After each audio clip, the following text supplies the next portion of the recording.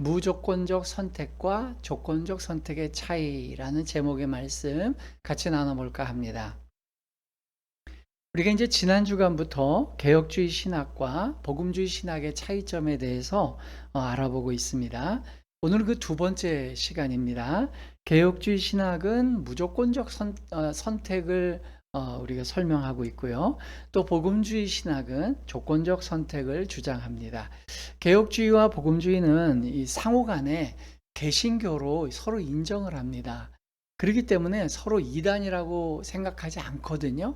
근데 이상하게 신학적 논쟁에만 들어가면 서로 나리석에 비판을 해서 마치 이단처럼 서로를 여기는 경우가 있어요. 저는 이건 바람직하지 않다고 봅니다. 상호 간에 어떤 강조점을 가지고 하나님을 바라보는지 서로 충분히 좀 이해하는 관점에서 지켜봤으면 좋겠다는 생각이 있어요. 그런 의미에서 저는 오늘 이 두 가지의 상호 이렇게 충돌하는 것 같은 이 내용을 조금 제가 양쪽 입장을 모두 다 한번 설명해 드릴까 합니다. 오늘 우리가 다루는 주제는요, 하나님께서 구원받을 사람을 미리 정하시고 선택하셨는가에 대한 신학적인 입장 차이를 얘기하는 겁니다. 개혁주의 신학은요, 선택은 인간의 조건과 또 전혀 상관없이 하나님의 뜻에 의해서 일방적으로 결정이 된다라는 그런 입장이고요. 복음주의 신학은 선택은 하나님의 일방적인 선택이 아니라 인간의 태도도 일면 거기에 가미가 된다, 이런 입장이거든요. 자, 먼저 이 복음주의 신학의 입장을, 그들의 이런 주장을 하는 배경을 좀 살펴볼 필요가 있는데요. 복음주의 신학은 하나님께서 누가 하나님을 믿을지 먼저 아시고 어떤 사람이 하나님을 향한 신앙을 선택할지 미리 하나님이 아시고 그 사람을 선택하신다는 거예요. 이거를 이제 신학적 용어로 예지 예정론이라고 해요. 예지, 미리 알고, 예정, 정했다는 거예요. 미리 정했다. 그래서 저도 어릴 때 어렴풋이 예지 예정론 이런 거 들었는데 이게 개혁주의 건지 복음주의 건지 막 헷갈리더라고요. 그러니까 미리 알고 정했다. 이게 이제 예지 예정인데요.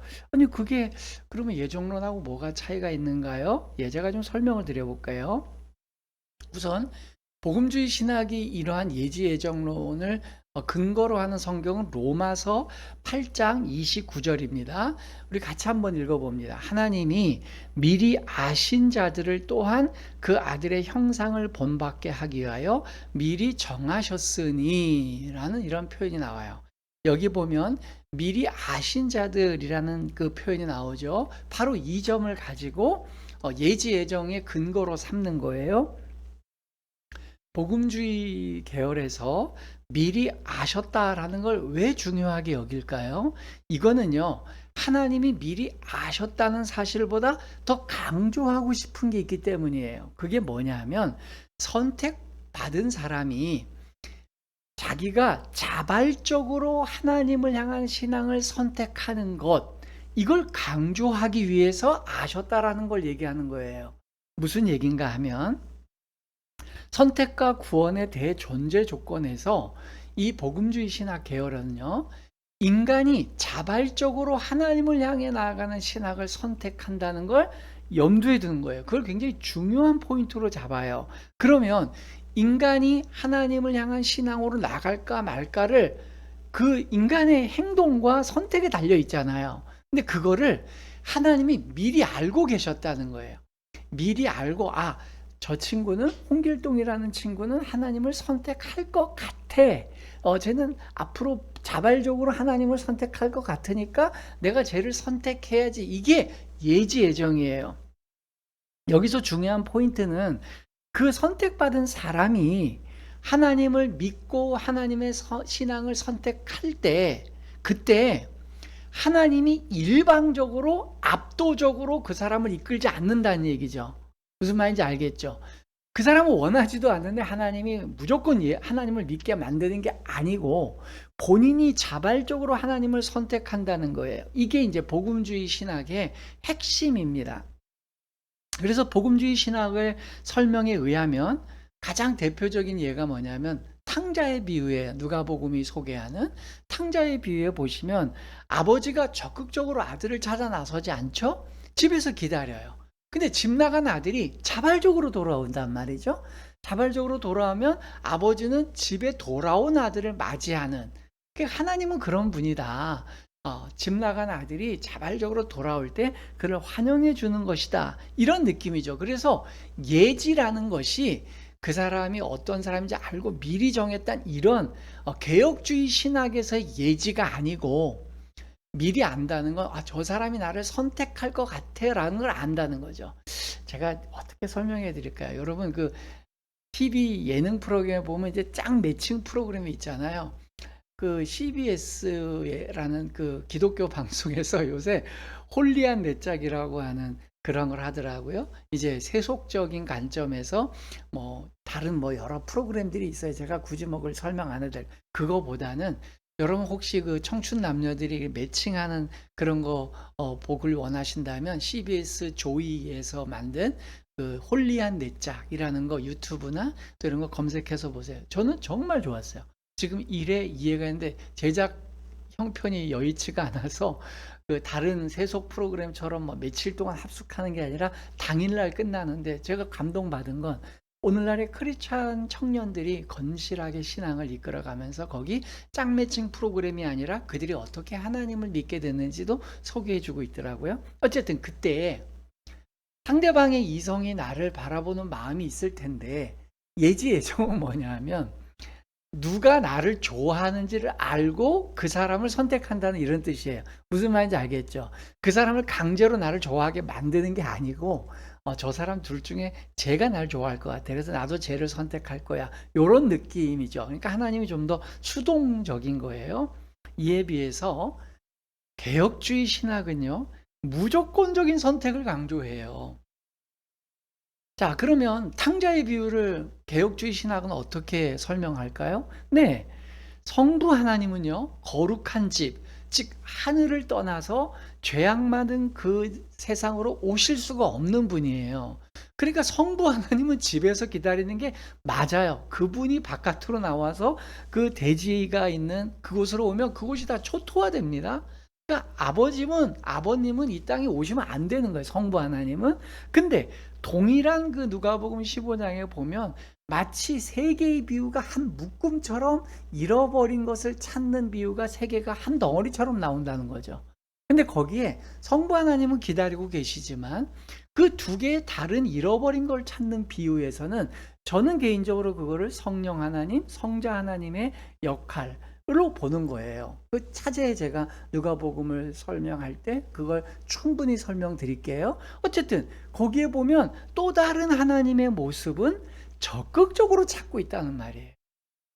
그 잃어버린 양이나 잃어버린 은 하나 이런 동전이 나를 찾기 위해서 자기가 무슨 노력한 게 없어요. 근데 목자가 또 그 여인이 열심히 찾아서 결국 잃어버린 걸 찾아내는 거예요. 그 찾아냄을 당한 주체가 어떤 조건이 없단 말이죠.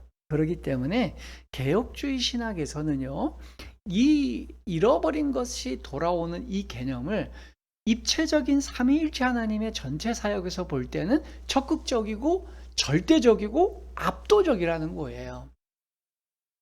그러니까 한 사람이 구원을 받는 과정에서 그 사람이 할 수 있는 건 아무것도 없다.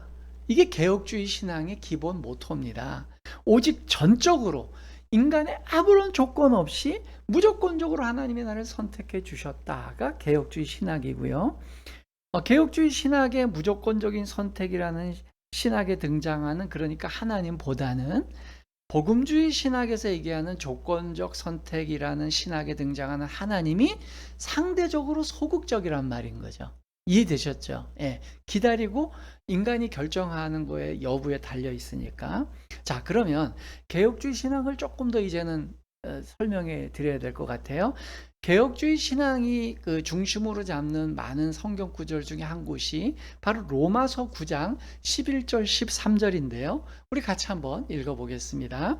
그 자식들이 아직 나지도 아니하고 무슨 선이나 악을 행하지 아니할 때에 택하심을 따라되는 하나님의 뜻이 행위로 말미암지 않고 오직 부르시는 이로 말미암아 네, 택하심을 따라되는 하나님의 뜻이 행위로 말미암지 않고 오직 부르시는 이로 말미암아 서게 하려 하사 기록된 바 내가 야곱은 사랑하고 에서는 미워하였다 하신가 같으니라.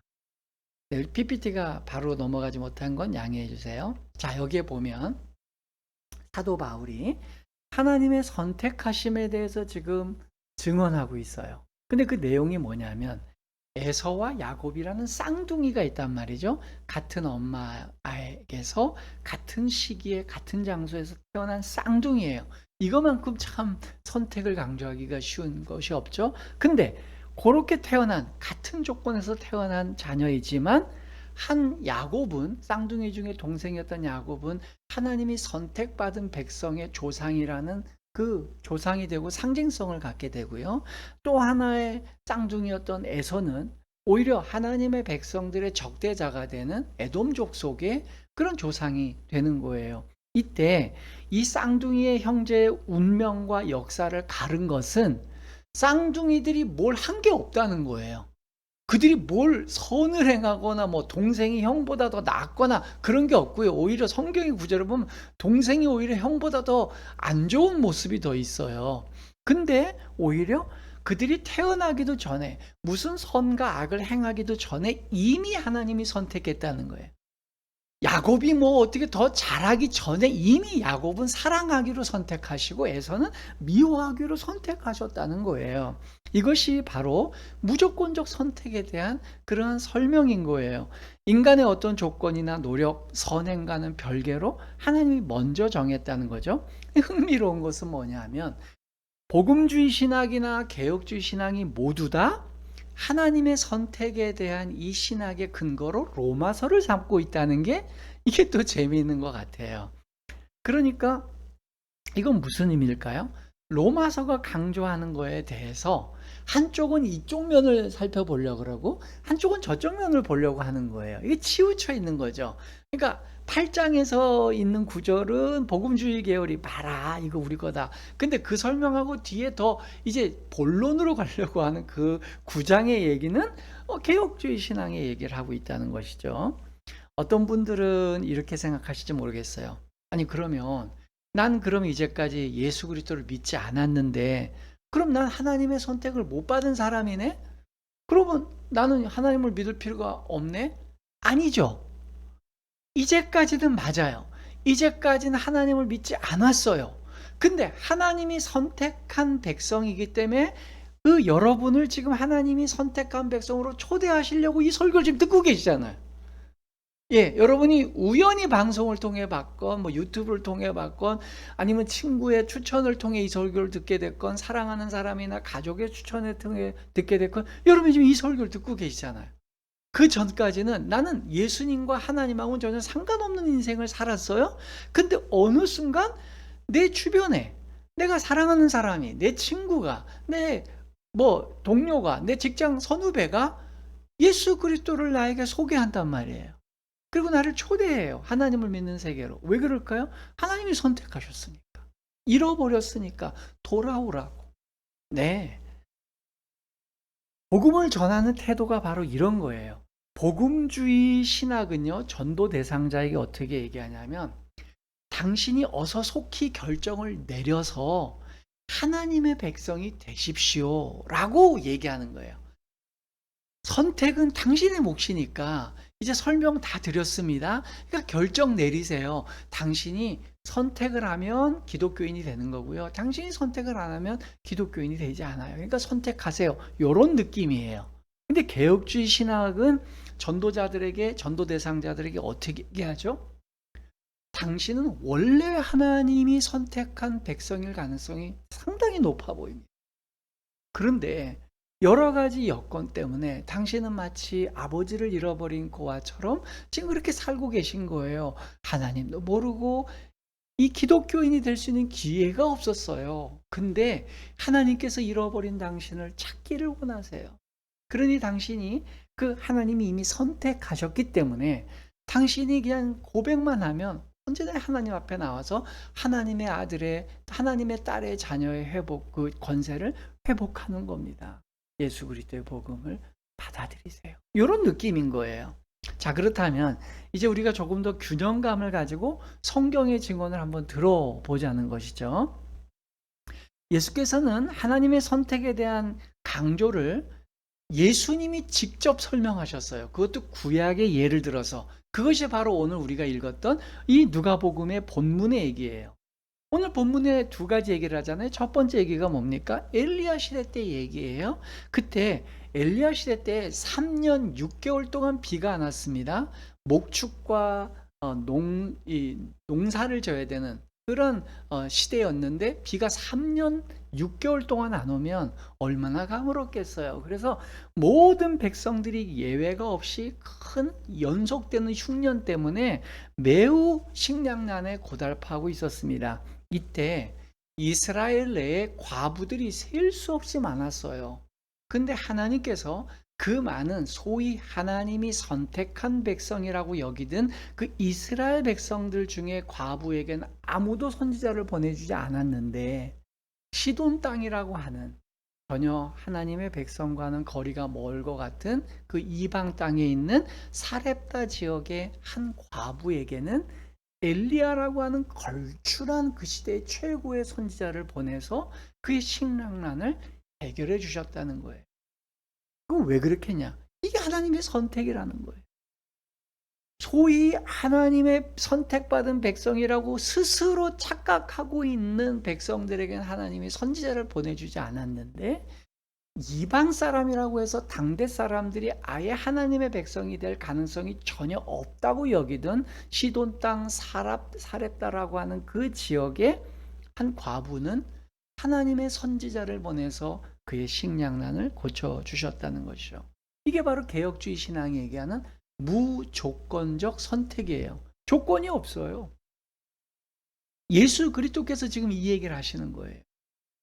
또 나아가서 한 가지 얘기를 더해 주십니다. 이것은 엘리야 선지자의 제자였던 엘리사 선지자 시대 때 일이에요. 그때에 이스라엘 내에는 한센병 걸린 사람들이 엄청 많았습니다. 셀 수 없이 많았어요. 지희고화를 막론하고. 근데 그 당시에 아무도 선지자를 통해서 한센병을 고침받지 못했는데 하필이면 수리아 사람, 이스라엘과 때로는 적대적 관계에 있던 수리아의 군대 장군 중에 한 사람이었던 나만이라는 사람에게 엘리사가 그가 앓고 있는 한센병이라고는 고질적인 그 피부병을 고쳐줬단 말이에요. 왜요? 조건이 없어요. 무조건적으로 그를 선택해서 고쳐주셨다는 것이죠. 이게 바로 개혁주의 신앙이 얘기하는 일방적이고 무조건적인 선택이라는 거예요. 복음주의 신학은 이러한 예수님의 이야기를 나만 장군이 엘리야의 이야기의 제안에 엘리사의 제안에 순종했기 때문이라고 보는 거예요.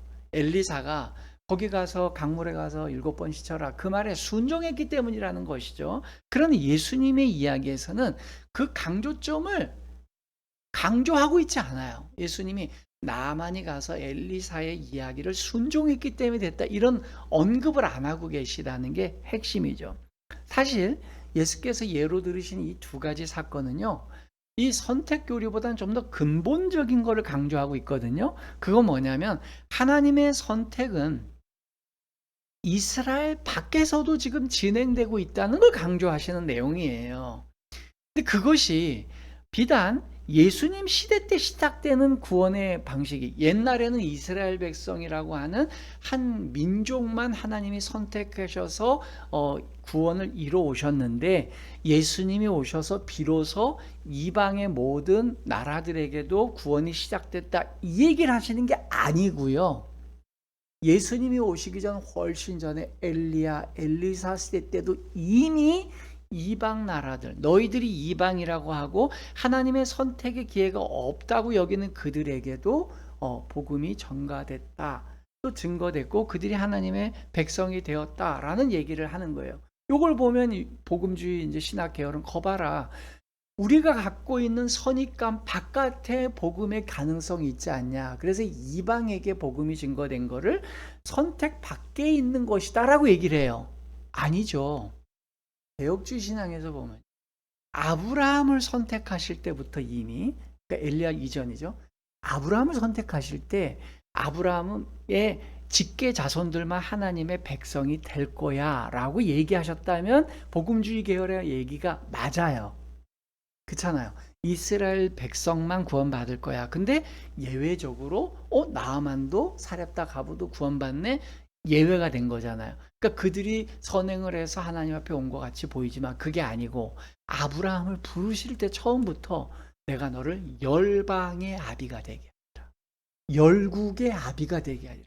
여러 나라들의 믿음의 조상이 되게 하겠다 그랬지 한 족속의 조상이 되게 하겠다는 얘기를 안 했단 말이에요. 근데 그걸 오해한 그룹이 바로 이스라엘 백성들인 거예요.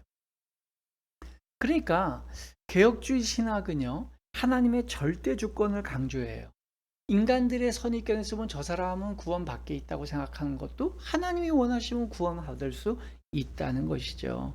사실 이 개혁주의 신앙은 하나님의 입장을 설명하는 데는 완벽합니다. 하나님의 입장에서 그의 절대적인 창조주의 주권을 설명하는데 솔직히 말해서 개혁주의 신학에 대해서는 깔 게 없어요. 아무리 복음주의가 이런저런 음박을 해도요, 성경에 더 많은, 절대적으로 많은 구절이 개혁주의 신앙의 이 사실을 뒷받침하고 있어요. 예수님의 증언, 바울의 증언 다 합쳐도요. 그런데 왜? 여기서 질문이 생겨요. 그런 개혁주의 신앙이 먼저 태동이 됐고 수백 년 동안 내렸는데 왜 복음주의 계열에서 조건적 선택이라고 하는 이 아이디어가 나왔고 이것이 세상에 밝혀졌을 때 왜 여전히 지금도 개신교의 절대 다수 이상이 절반 이상의 사람들이 이 가치를 믿고 따르고 그것을 더 높은 가치로 보고 있냐는 거예요. 우리가 여기 귀기울여야 돼요.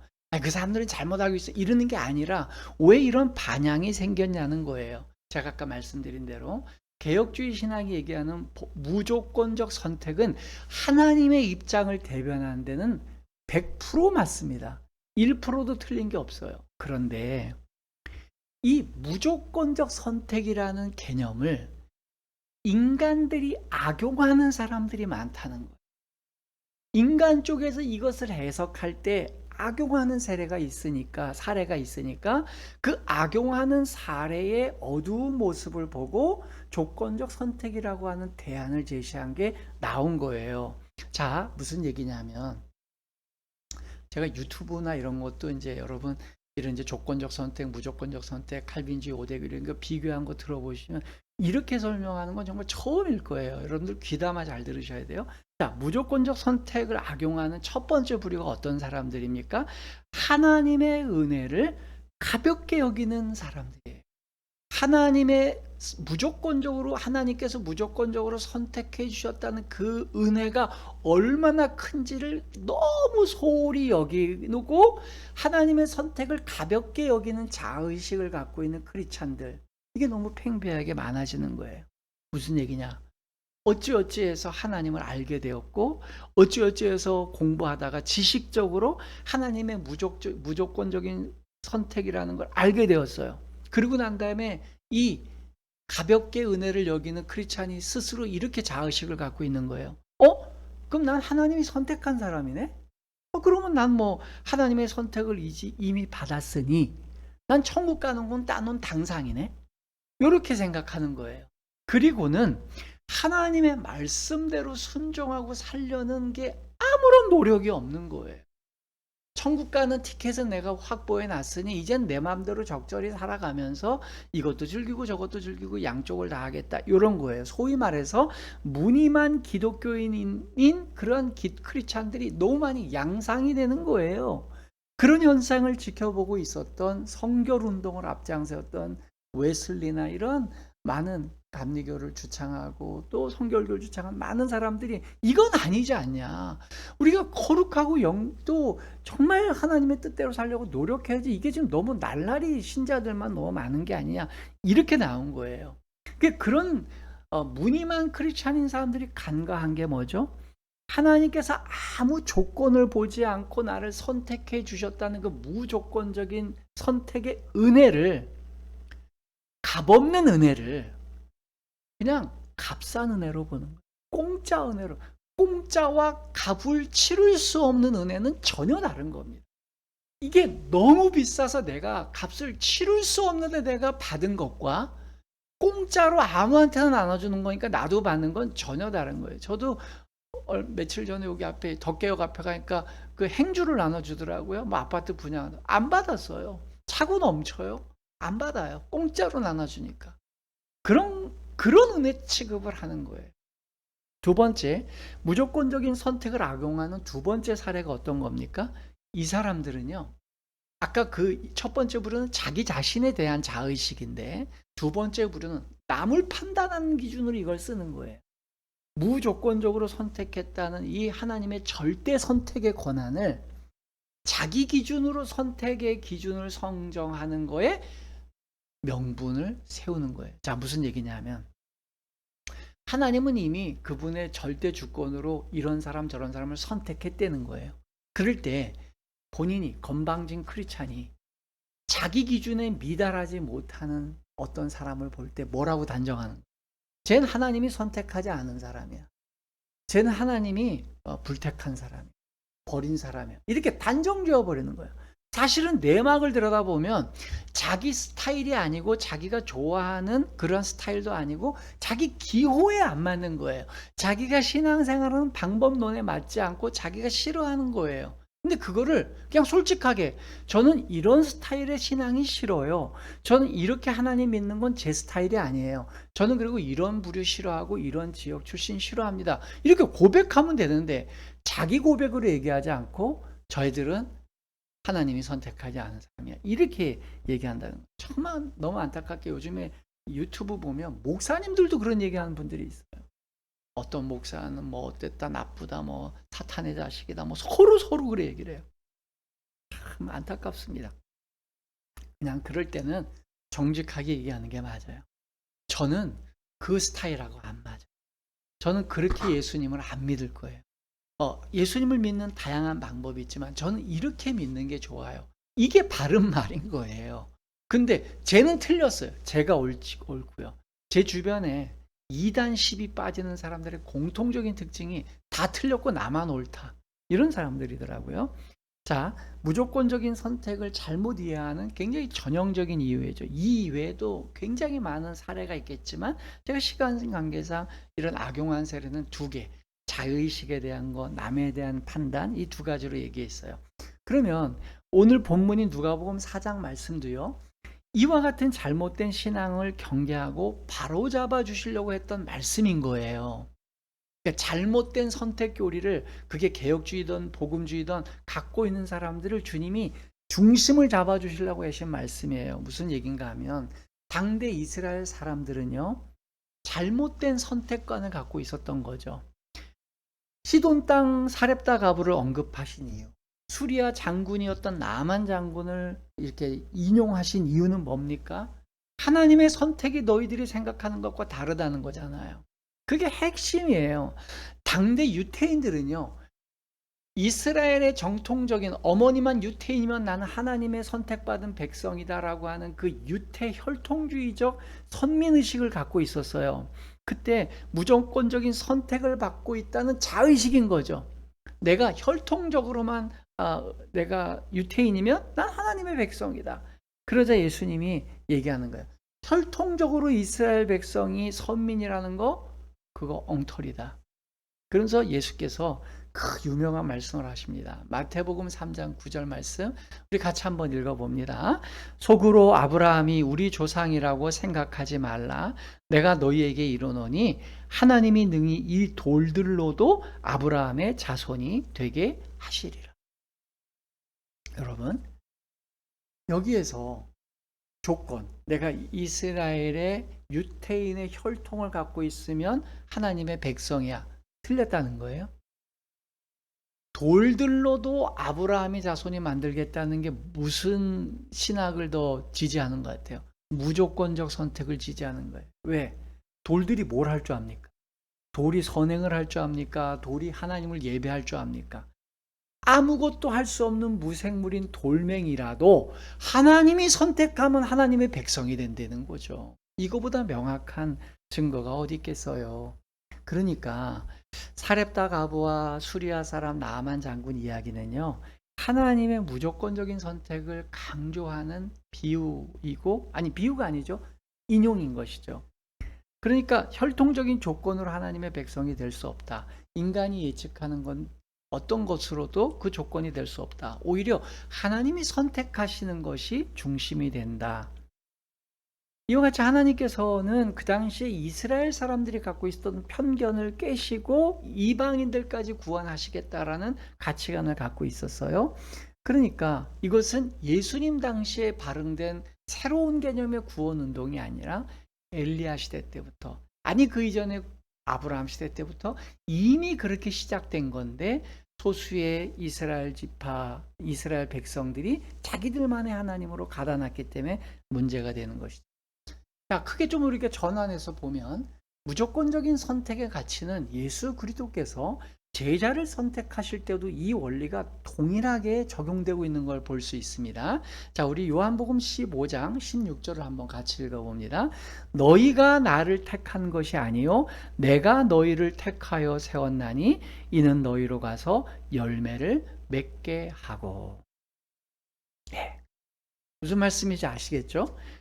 예수 그리스도께서 제자를 선택하신 것이지 제자들이 예수님을 선택한 게 아니라는 거예요. 여러분, 이건 제가 누가복음을 강의하면서 반복적으로 설명드린 내용입니다. 특히 누가복음에 그게 잘 나와 있어요. 예수님이 제자를 선택하실 때 예수님을 일방적으로 좋다고 따라다니는 많은 그 환호하는 백성들, 무리들 가운데 선택하지 않았어요. 만약에 그 자기의 열광하는 제자들 중에 선택했다면 자원자가 엄청 많았을 거예요. 그들은 빼지도 않았을 거예요. 제가 제주하고 있습니다. 제가 제자하고 싶습니다. 다들 얘기했어요. 세상이 그렇게 하잖아요. 세속은 어떻습니까? 자기 좋아하는 사람들 측근을 데리고서 자기의 무리를, 패거리를 만들어요. 그걸 하나의 목소리로 만들고 하나의 권력을 만들고, 그래서 자꾸만 자빠지고 실수하는 거예요.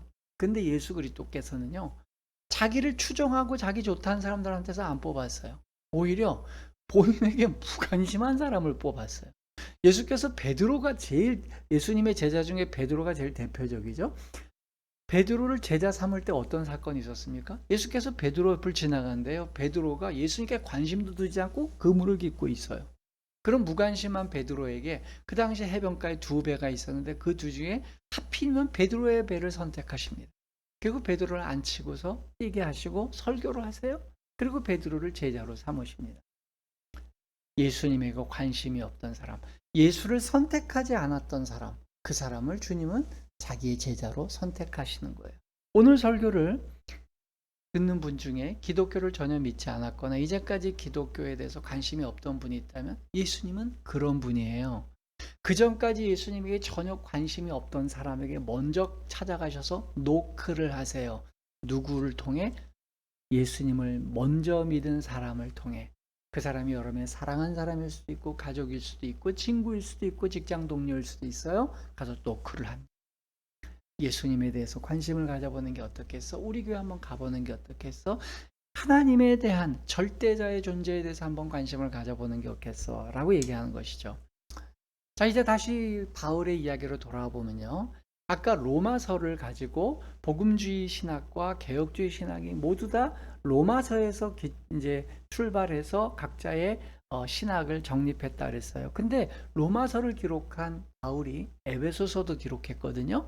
근데 에베소서에 보면 하나님이 선택한 시점이 언제인지를 바울은 명확하게 설명하고 있어요. 에베소서 1장 4절을 한번 보겠습니다. 다 같이 한번 읽어봅니다. 곧 창세 전에 그리스도 안에서 우리를 택하사 우리로 사랑 안에서 그 앞에 거룩하고 흠이 없게 하시려고 1장 5절도 있습니다. 그 기쁘신 뜻대로 우리를 예정하사 예수 그리스도로 말미암아 자기의 아들들이 되게 하셨으니. 하나님께서 그 백성을 선택하신 시점이 창세 전이래요. 창세 전에, 세상이 태어나기도 전에, 세상이 창조되기도 전에, 그러니까 세상이 창조되기도 전이니 그 사람이 뭘 할지 말지도 모를 때에 나는 몇 명의 하나님의 백성들을 어느 시점에 어느 때에 태어나게 해서 내 백성으로 만들고 길들이고 훈련시켜서 하나님의 백성으로 만들 거야. 주님은 계획을 갖고 하시는 거예요. 하나님은 질서의 하나님이십니다. 상당히 체계적이시고요. 상당히 계획적이에요. 인간의 갖고 있는 이 평면적인 예정과는 전혀 다르게 굉장히 입체적이고 다채롭게 그의 예정을 이끌어 가고 계시죠. 그럴 때에 에베소서가 강조하는 또 하나의 강조점이 뭐냐면, 하나님께서 선택하기 전에 그가 무슨 거룩한 행동을 해서 하나님을 선택하는 게 아니고, 하나님을 선택하는 것 자체가 거룩한 행동이잖아요.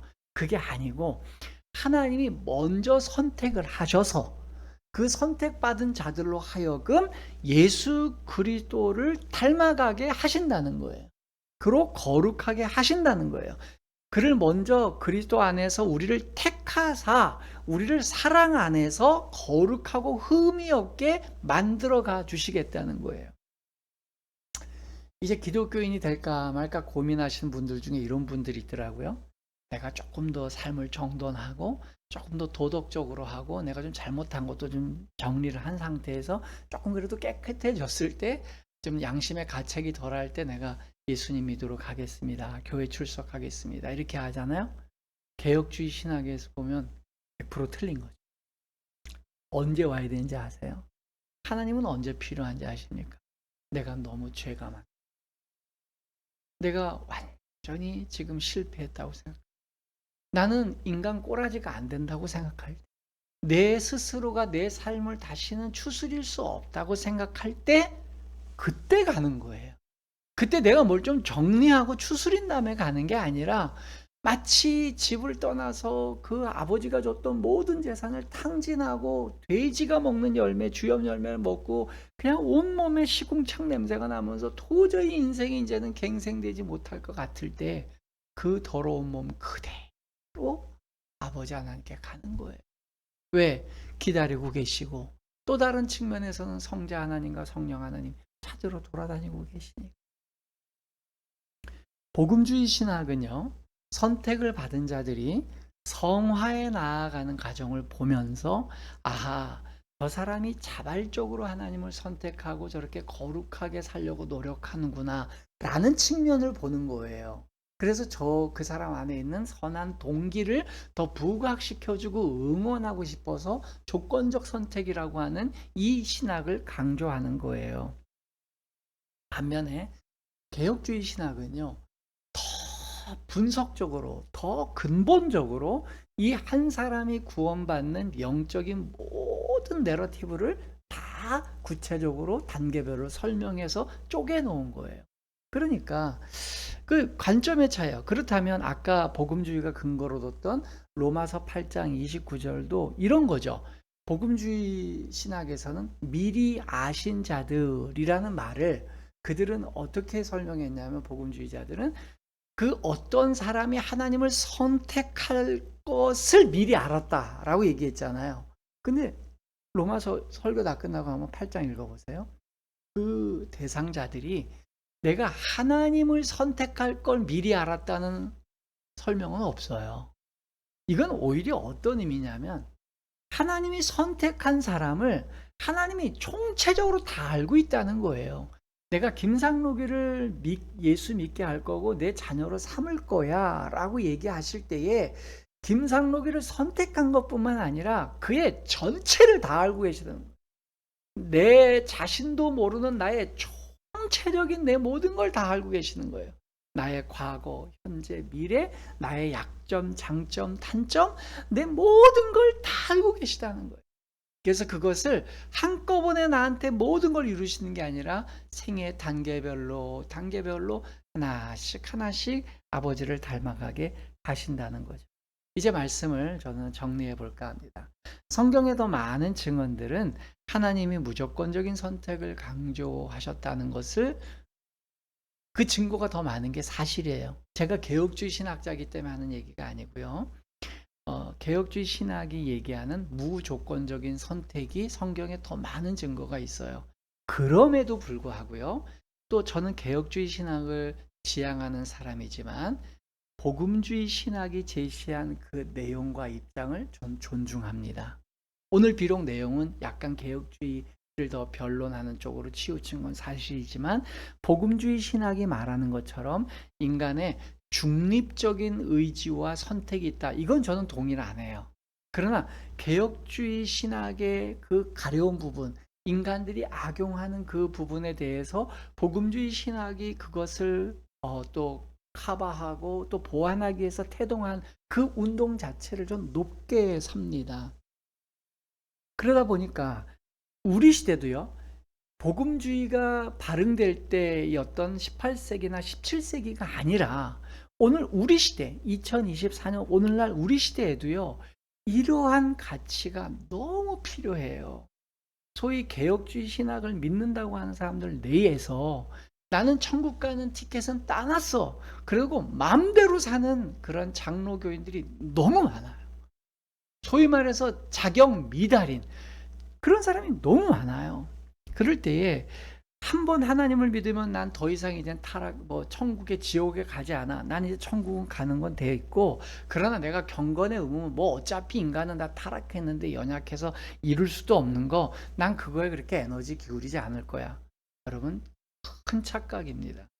중요한 것은 선택받은 사람이라는 사실을 얼마만큼 무게 있게 그걸 받아들이냐, 받아들이지 못하느냐에 달려있는 것 같아요. 그래서 저는 종합적으로 이렇게 결론을 내리고 싶어요. 여기 잘 들으셔야 됩니다.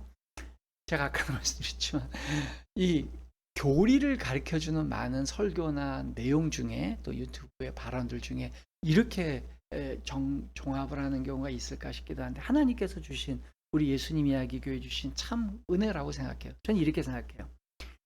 무조건적인 선택을 받은 사람은요, 반드시 그 하나님의 은혜에 대한 감당할 수 없는 반응이 나온다는, 그 감격과 감사는요, 내 안에 식어지지 않는 열정과 에너지로 남아있게 돼요. 그걸 절대로 나 그냥 하나님을 믿는 백성이나 나 선택받았네, 오케이, 나는 티켓 하나 땄어, 이렇게 가볍게 넘어갈 수 없다는 거예요. 반대로 그렇게 넘어간 사람은 그 은혜를 못 받은 사람일 가능성이 오히려 더 높아요. 그러다 보니까 쉴 새 없이 하나님의 은혜가 부여받은 사람은 쉴 새 없이 하나님을 향한 에너지가 계속 불타오릅니다. 내가 여기에 이렇게 그냥 대충 타협하며 살아가면서 안 되지. 나는 조금 더 하나님의 그 뜻하신 바에 맞게 살아가야지. 하나님의 뜻대로 살아야지라는 그 에너지가 멈추지 않는다는 거예요. 그래서 예수 그리스도를 향한 그 사랑을 향해 나아간다는 거예요. 그러니까 복음주의가 약간 간과한 것은 그 거룩해지라는 열망과 그걸 독려하는 건 잘했어요. 저는 그거는 개혁주의가 못 다룬 내용이라고 봐요. 성화를 강조하는 거. 근데 그걸 강조하기 위해서 하나님의 선택이 수동적으로 낮아지고 조건적이라고 얘기하는 건 이건 너무 나간 거라는 거예요. 반대로 개혁주의는 한번 선택받았으면 끝까지 하나님이 선택하는 거고 인간이 할 건 하나도 없어 라고 그런 걸 너무 강조해 버리니까 인간의 자발적인 하나님을 향한 반응에 대해서 너무 소홀해진 거란 말이죠. 그럼 우리는 성경이 말씀한 두 가지를 다 잡아당겨야 되는 거예요. 그렇기 때문에 진짜 하나님의 무조건적인 선택을 받았다면 그 사람은 그 고마움과 감격을 잊을 수가 없어요. 저는 이제 설교의 결론으로 사도 바울이 많은 서신서를 12권이 넘는 서신서를 쓰고 마지막에 최후에 쓴 서신서가 디모데후서입니다. 디모데후서 1장 9절을 결론으로 가름할까 해요. 한번 우리 다 같이 한번 읽어봅니다. 하나님이 우리를 구원하사 거룩하신 소명으로 부르심은 우리의 행위대로 하심이 아니요 오직 자기의 뜻과 영원 전부터 그리스도 예수 안에서 우리에게 주신 은혜대로 하심이라. 네, 우리의 행위대로 하심이 아니라 예수 그리스도 안에서 영원 전부터 주신 그 은혜대로 하는 거예요. 그렇기 때문에 열정적으로 복음을 위해서 평생을 회심한 이후로 평생을 주님을 위해서 살아간 바울이 뭐라 그래요? 나는 선행을 한 게 없습니다. 나는 공로가 없습니다. 내가 한 게 뭐가 있습니까? 아무것도 없습니다.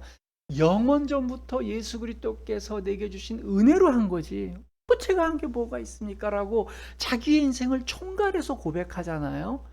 내가 한 게 아니라 나는 전혀 내 안에 그런 에너지가 없었는데 하나님께서 일방적으로 내게 부어주신 그 에너지가, 그 멈추지 않는 에너지 힘이 나로 하여금 그 길로 인도해 주셨다는 거예요.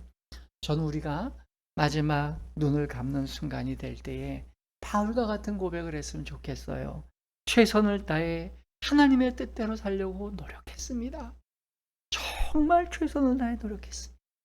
제가 하는 일이 옳고 그르진 일도 있었고, 옳은 일도 있었고, 그른 일도 있고, 어떨 때는 낙담해서 엘리야처럼 그냥 저는 내 인생 끝났습니다, 주님 저를 데려가 주십시오라고 얘기할 때도 있었고, 어떨 때는 막 영웅적으로 사람들 앞에서 많은 일을 할 때도 있었지만, 돌이켜보니 제가 한 게 하나도 없네요.